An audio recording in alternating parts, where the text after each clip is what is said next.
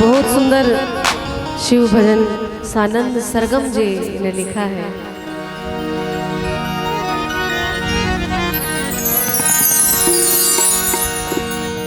देव के भी देव महादानी,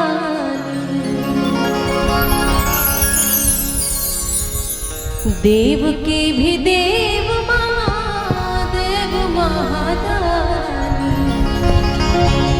महिमा ए बाबा राव कैसे बखानी, महिमा ए बाबा राव कैसे बखानी, देव के भी देव महादानी, देव के भी देव महादानी, महिमा ए बाबा राव कैसे बखानी, महिमा ए बाबा राव कैसे बखानी। सुरनार मोदी रोजे करे हाथ जोड़िया,